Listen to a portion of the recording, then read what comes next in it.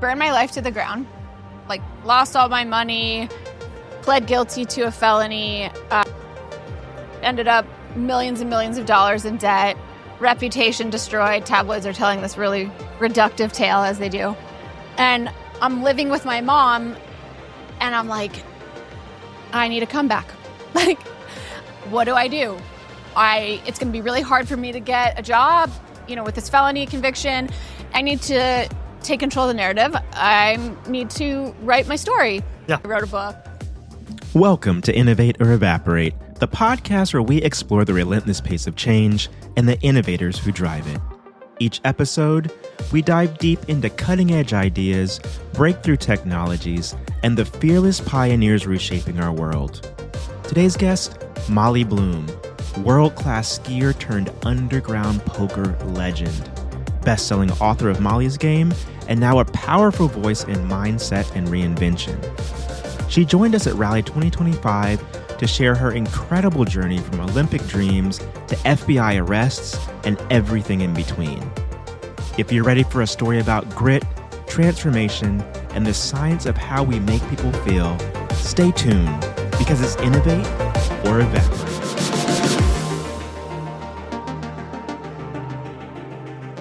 Welcome back to Innovate or Evaporate, where we explore the relentless pace of change and the innovators who drive it. I'm your host, Toph Day.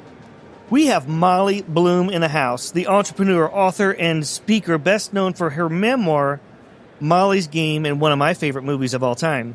Molly's story is one of the incredible highs and challenging lows, from being a world-class skier to running the most exclusive, high-stakes poker game in the world, and ultimately rebuilding her life from scratch. Holy cow. That sounds amazing, Molly. Welcome to the show. Welcome to Rally. Thanks, Toph. I'm so happy to be here. This is going to be awesome. So you are you're going to bring it home today, by the way, here at Rally. Your closing keynote. Oh, they didn't tell me that. And we're going to hear the whole life story. I can't wait. And we're going to have a little Molly's Poker Game tonight event, a VIP exclusive event. A legal one? Legal? Yes, legal. I don't even think real money, actually, right? We're just having... Just fake money. Just fake money. We're just having fun. So I remember watching your movie. I don't remember how many years ago it was. You wrote a book first, right? I did. And did you self-initiate? You're like, I need to tell this story? I mean, so here's what happened. I burned my life to the ground, like lost all my money, pled guilty to a felony, ended up millions and millions of dollars in debt, reputation destroyed. Tabloids are telling this really reductive tale, as they do. And I'm living with my mom, and I'm like, I need a comeback. Like, what do I do? It's going to be really hard for me to get a job, with this felony conviction. And so I'm thinking, I'm hiking in the mountains, and finally I'm like, oh my, light bulb. I need to take control of the narrative. I need to write my story. Yeah. And then I'll be saved. I love it. And so I went to all the publishers, tried to get a book deal. They all wanted this celebrity takedown piece. And I said, I think there's a better story here.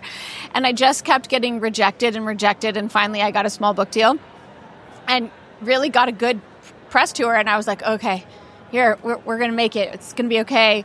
Book released, I think sold like 10 copies. I think they were all bought by my family. That's awesome. It's a little bit of an exaggeration, but honestly, I didn't even out-earn like my pretty small book advance. Yeah. But it was still, and in writing the story, it was still my idea. I thought it was the only monetizable asset that I had. And so that would repair that level of reputational damage, that could even come close to helping me repay the millions and millions of dollars that the government was coming for, whether I wanted them to or not. Yep. And so I said, okay, I need someone with a really big microphone. And I'm like, I need to find someone in Hollywood. But I was up against a lot because there were so many people involved in the story, very powerful people from Hollywood to DC to the hedge fund world that were making calls to the studio to shut this down. So I was like, I need someone incredible and very brave. So I made this short list of the most successful, most prolific, what I thought were the bravest filmmakers in Hollywood. And on the top of that list was Aaron Sorkin. And everyone was like, there's no shot. But I just kept going. I mean, he wrote A Few Good Men, The Social Network, Moneyball. I mean, just hit after hit. And finally, I was just really persistent, and I got a meeting with him. Amazing. Yeah. So now let's tell Paul Harvey the rest of the story. So let's go backwards in time. Okay. And let's go live this journey together. Okay. Everybody has a story. Everybody has. They do. Right? And I'm getting chills right now because, like, I don't know. I just feel it connects me when we start talking about each other's stories. For sure. So where'd you grow up? I grew up in Loveland, Colorado. And you were an avid skier. I was an avid skier, yes. It was my life. You're skiing like every day during the winter, and you're doing all the other devices they have during the summer. Yes. All that deal. Yep. How many days or how many hours a day were you training? I mean, so there was my life before the U.S. ski team. We were 12 years old. You know, around 12 years old, I was a weekend warrior, and then I got a really serious diagnosis of juvenile scoliosis. I mean, really serious in the fact that, like, my back was super curved and they needed to go in for emergency correction. And so they straightened my spine and fused 11 vertebrae together, 2 metal rods. And everyone was like, mogul skiing's over for you. And I just couldn't accept that. I had to try it. And I got back on the snow and worked really hard. And then when I was 19, I made the U.S. ski team. And so at that point, it was all in. You know, I would go to... That's already a massive comeback right there. Between 12 and 19. Yeah. I mean, that's amazing. Yeah. It was pretty... I didn't see it that way, though, interestingly enough, because my brother was the prodigy. Yep. Jeremy was the prodigy. But I just kept grinding. And I, you know, at 20, I was ranked 3rd overall in North America. And at 21, I made it to the Olympic qualifiers. And, you know, when I look back on that, there was such a profound lesson, even though I didn't make it all the way, even though I crashed at the Olympic qualifiers. But the profound lesson was, at 12 years old, I decided to take the reins of my own life and to, you know, sort of not listen to the experts or my parents or the peanut gallery, because nobody can know what you're capable of, and nobody can know that fire that burns inside of you. And there are so many people that along the way that will tell you you can't or it's impossible. Yep. And I'm just so happy. It's like one of those sliding door moments where I decided to try it, because that set up the rest of my life to be a much bigger world with much bigger opportunities than if I had just said, okay, this is the doctor, he knows everything. So you go through and I mean, from 12 to 19, 20, I mean, 2 major setbacks, right? And so, did you had a ski accident, right? Yeah, I crashed at the Olympic qualifiers. Pretty bad. So, can we go back to those moments and just peel another layer or two off? Yeah. So, like, when the scoliosis... So did it happen rapidly, or was it happening slowly? And you're like, "What's going on? My body feels different." No, I was running a 5K race with my dad, and I just all of a sudden had this searing back pain. And I remember I'd had one of those scoliosis checks. Right, we all do in school. Yeah. Earlier that year, even, and my dad looked at my back and he said something's not right, because he saw this. And so when I went in, they started, they tested my lung function, and I was already starting to get a compressed lung because it was advancing so quickly. So it was like out of nowhere and just, really life altering. So you had surgery. I did. And what did, I just can't imagine, you have this lifelong dream, right? And you're in a family of really great athletes. Right. And so this lifelong dream seems like it's slipping away. What did you turn to, like, in those moments of darkness, what did you turn to that gave you the strength to put that next foot in front of the other? Yeah. When you got out of the hospital bed? A couple things. Well, I had a pretty big setback after my surgery. I got really sick. My liver and gallbladder started to, fail, actually. And I was in the hospital for another 6 weeks, and they couldn't figure out what was wrong with me. And in this very dark, terrifying moment, I was in the isolation ward because one of the theories was that maybe I picked up some sort of infection that they weren't aware of. So it was literally like in, like E.T., like just tented, and no one was allowed in the room. And this doctor came in, and I just asked him, I was so sick, and I just asked him, am I going to die? And he said, I don't know. And I don't know how you process that as a 12-year-old, but basically I just got steely about it. And I was like, oh, I know. Like, I know I'm not going to die. And I know that, I just don't want to live in these realities where, people don't see the bright side. And then for a year, I had to stay still and let those fusions heal. And I felt what it would feel like to be on the bench, really.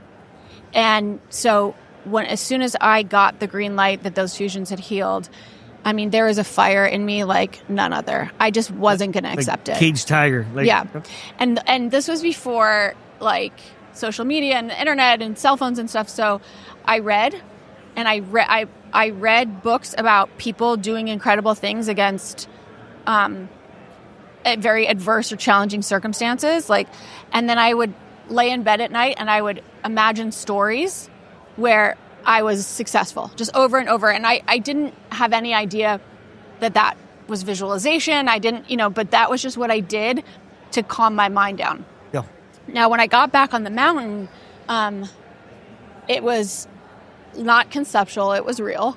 And I had to reckon with a lot of internal problems, fear, like this concern that people were watching me, waiting for me to fail, this inner critic that for the first time in my life I was introduced to. And my dad really helped me to understand how to navigate this. He said, because he picked me up from practice one day, and I'm like, Dad, I don't know what's going on. There's this voice in my head, and there's this fear, and it's relentless, and I don't know how to overcome it. And he said, Molly, your problem is not that you have this voice in your head. Your problem is that you're listening to it and you're not fighting back. He's like, you have to fight back against that voice. When it tells you something that is negative or fear-based, you can tell it to, F off. Yeah. Giving yourself the authority and the power to fight exactly. back. And what that really led me to was the beginning of a mindfulness meditation, observing the thoughts and not taking them at face value as truth, but being able to have that pause and decide, is this a thought I want to get involved with? Is this an emotion I want to go for a ride with? Right. And I just practiced that and practiced that and practiced that until I was able to have a lot more control and put myself in the driver's seat of what I wanted to focus on, what I didn't want to, and I've worked on that skill my whole life, and it has been a profound reason that I think I've been able to come out of some of these stickier situations. The energy, like in life, energy is such a powerful thing. Visualization just really does seem to lead to manifestation. I mean, I think it all starts and ends with the mind. I think that's what will get you there, or that's what will keep you back. Yeah. So then you have your accident and you realize that skiing is not going to be in the future. What, I'm not sure what you did next after skiing, but what was that transition like? It was the hardest time of my life. When you are when you're a serious athlete, you sacrifice everything for that. You sacrifice a social life. I remember being in college, I didn't even drink on my 21st birthday. It was who I was. It was my identity. And so when that was taken away, I didn't know who I was, and I was questioning everything. I was finishing up at undergrad, and I was going to go to law school, but I really felt like I needed to just take a breather and analyze life, because I felt like I had put everything into this. You Left did. nothing on the field. Yeah. And at the end of the day, I skied over a little tiny piece of pine tree in the course, which pre-released my binding, and that was that. Wow. So it was just like this, you know,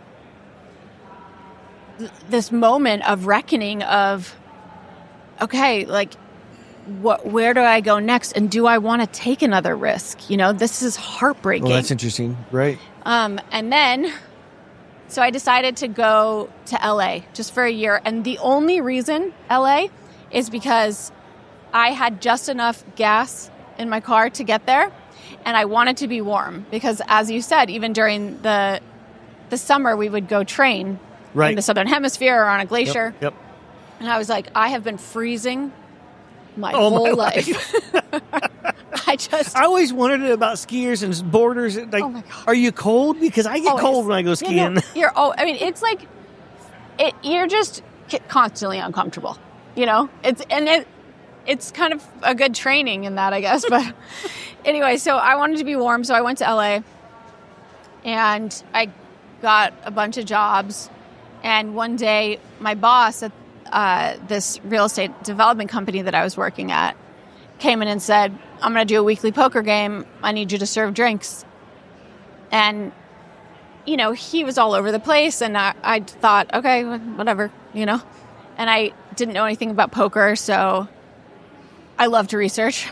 And so I, you know, my methods have gotten a little more sophisticated as of late, but I remember Googling what kind of music do poker players like to listen to and what do they eat? Like, how can I create, right? Yeah. And I've just bam, bam, bam, the most cliche songs you've ever heard, like The Gambler, Night Moves, you know. And I made this like, little know when playlist. to hold them, when to fold them. Yes, exactly. And, you know, just got a cheese plate and showed up, and then these people started walking in, and it was politicians and prolific people from the business community, superstars from the tech community, A-list actors, heads of studios, heads of investment banks. And I was just like, okay, super embarrassed by my playlist. Like, can someone just cut that right now? That's awesome. But, you know, as the night wore on and I got over my jitters and, you know, my embarrassment, I started to just get to be a fly on the wall. And these people who were constantly in the news, constantly innovating, constantly moving the needle on the world stage were just having these conversations candidly. And for someone who loves to read and loves information and loves to research and loves to know about the world, this was like catnip. I mean, you know, I was fascinated. And every time I would fill their drink, they would hand me a chip. And I was like, I would just put it in my pocket, you know, or my like purse or whatever. And at the end of the night, the dealer counted out my chips and handed me $4,000 in cash. And I was like, what is this chip economy? I need to know. I need to live. Early crypto. Yeah, exactly. What are these tokens? I think there's something here. That's awesome. And then, you know, the challenge was over the next couple months, how do I make myself irreplaceable? And then eventually, how do I start my own game? Because I saw that there is this insane opportunity to build a network, to have control of these 9 seats, to curate this world, to learn about the world from people who are actually involved in altering culture. And it felt like the best business school. Right. That was also paying you a lot of money. Yeah. Every night's an MBA. Yeah, exactly. And so at 24, turning 25, I started my own game. And all these people came over to play in my game. And, you know, people ask me why. And the truth is because I was really nice to them. And I didn't treat them like transactions. Yep. And I was curious about their life. And I actually cared about their experience. And I cared about them. And, you know, there's this, I'm actually writing a book about it. It's called Effective Presence with an A, Effective Presence. And it's the science of how you make people feel. And whether we realize it or not, we are all affecting each other. Yes. On a like a neurological nervous system level. It starts with your mom. Like in the womb, we start to get affected by things that she's feeling. And then, a baby starts to mimic and their mood, and thus like their whole attachment style can be affected by how people talk to them, how people look at them. And so, that we have all these conversations about EQ, and it focuses a lot on, okay, you need to read this person's face and try to figure out how they're feeling so you can chart your course. When really, I think it's a much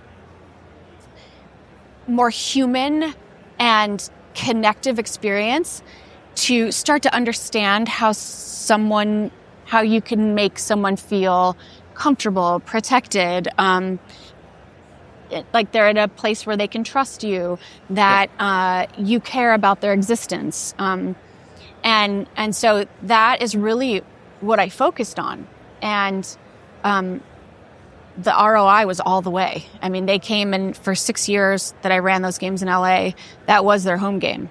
And there were so many people in Hollywood that were rich and famous and comedians. I mean, everyone had a poker game, and that they just kept playing in mine. And it's really testament to, I think, that quote from Maya Angelou, which is, people are going to forget what you said and what you did, but they're never going to forget the way you made them feel. Right. And there is really a lot of scientific validation behind that. So that game, there were 9 players in that game. Were there multiple tables or one table? Just a table. Just one table. Uh-huh. And so was it first 9 to sign up? So back at the first game, not Molly's game yet. Yeah. But the first game, is it just first come, first serve? They sign up? No, it's a curation. Okay. Yeah. And then as the years went on... Now, was there science behind that? Like, who bet the most? Who was the... Yeah. So when I took over the game, this was the criteria. No pros, because pros would have taken all the money. Right. People with similar playing styles, so action players.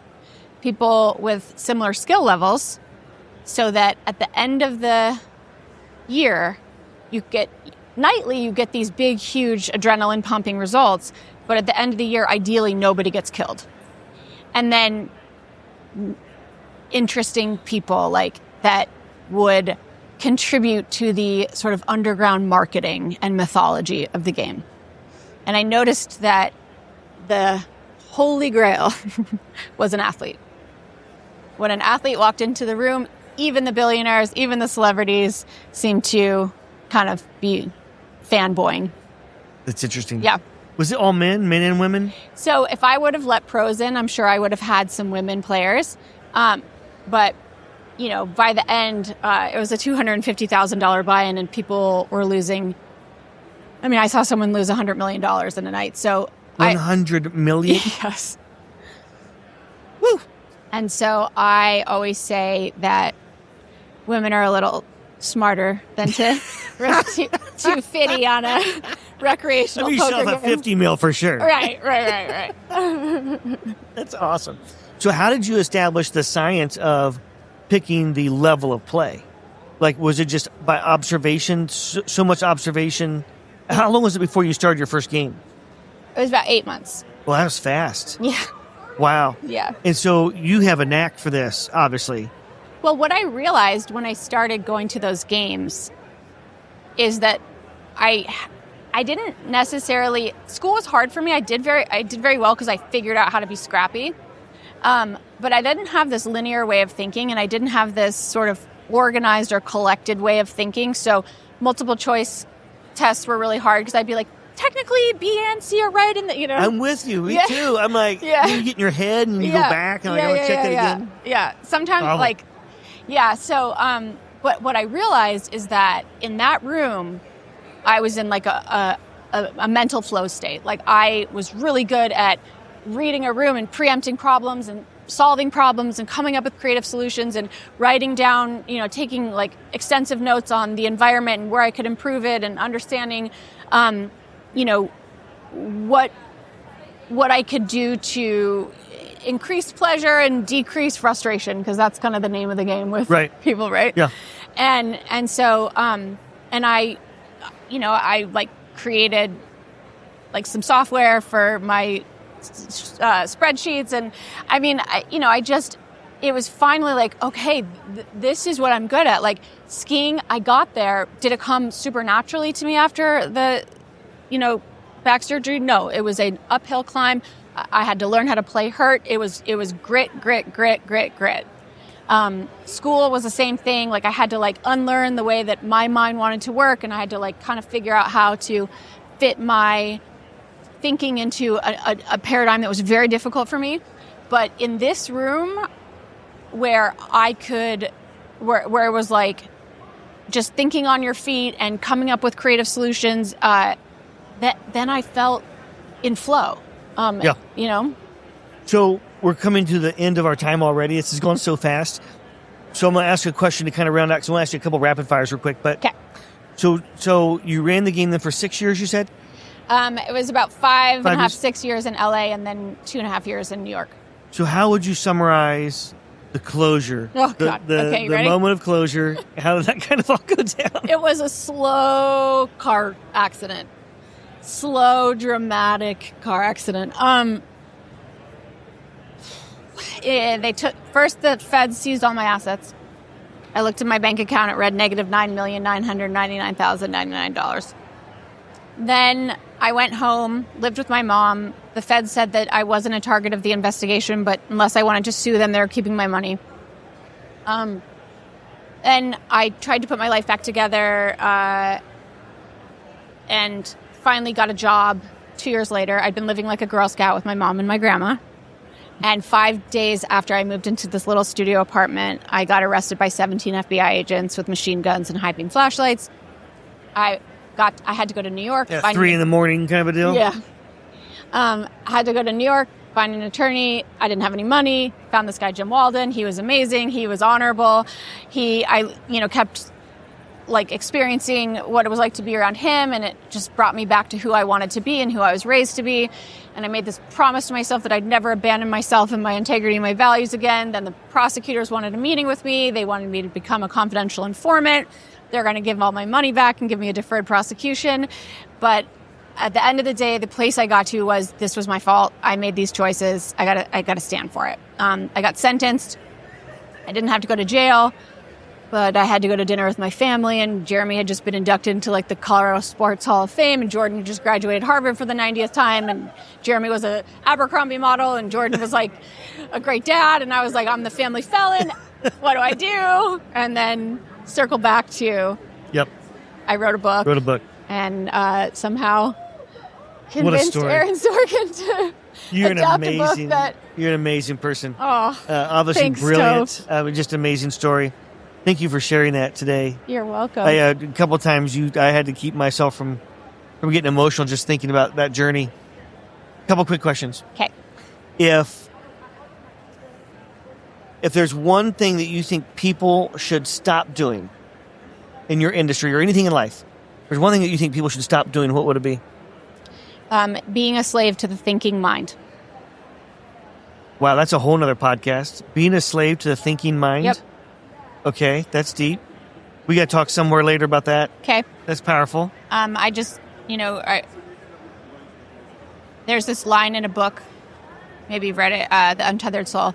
You're not the voice in your head, you're the one that hears it. Pretty profound. But basically what it means is there is this running script in your head that's composed of things people have said to you, things you've observed, survival instincts, whatever, and it's not always telling you the truth. Yeah. And when it says, and same with like emotions. So to start to get control of your own psychology. Yep.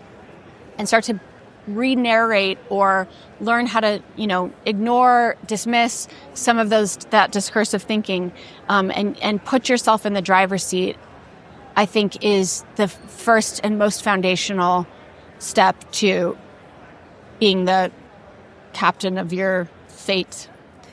If there's one thing, trait, whatever it might be, a trait that you think is the most important thing to disrupt yourself, or almost say reorient maybe even in this situation yourself, what would that trait or that thing be when you feel that you just can't get there? What's that one thing that comes to mind? Well, I think, first of all, the willingness to look at who you are and what you're doing when no one else is around in an honest way and in a gentle way. Because we have these people that we purport to be in the world, and we kind of go with that story. But when you're alone, who are you if people aren't watching? Yeah. And are there things you can do to improve? Don't be punitive with yourself. Don't beat yourself up. But what can you do internally, you and like yourself, to start to get better, to start to get stronger? And the second thing is to establish a why. You won't always get out of bed based on motivation or based on, energy or whatever. But if you can keep coming back to that why, if you can find that fire, and get out of the thinking mind. Mine says, I don't want to get up, and you just get your feet in action. Yeah, I love that. Molly, thank you so much. Thanks, Toph. Thank you for coming to Rally. Thank you for joining thanks Innovate for having Evaporate. Me. It's an honor. It's absolutely been amazing. Until next time, we'll see y'all soon on Innovate or Evaporate. This episode was brought to you by Rally, the Global Cross-Sector Innovation Conference. Learn more at rallyinnovation.com.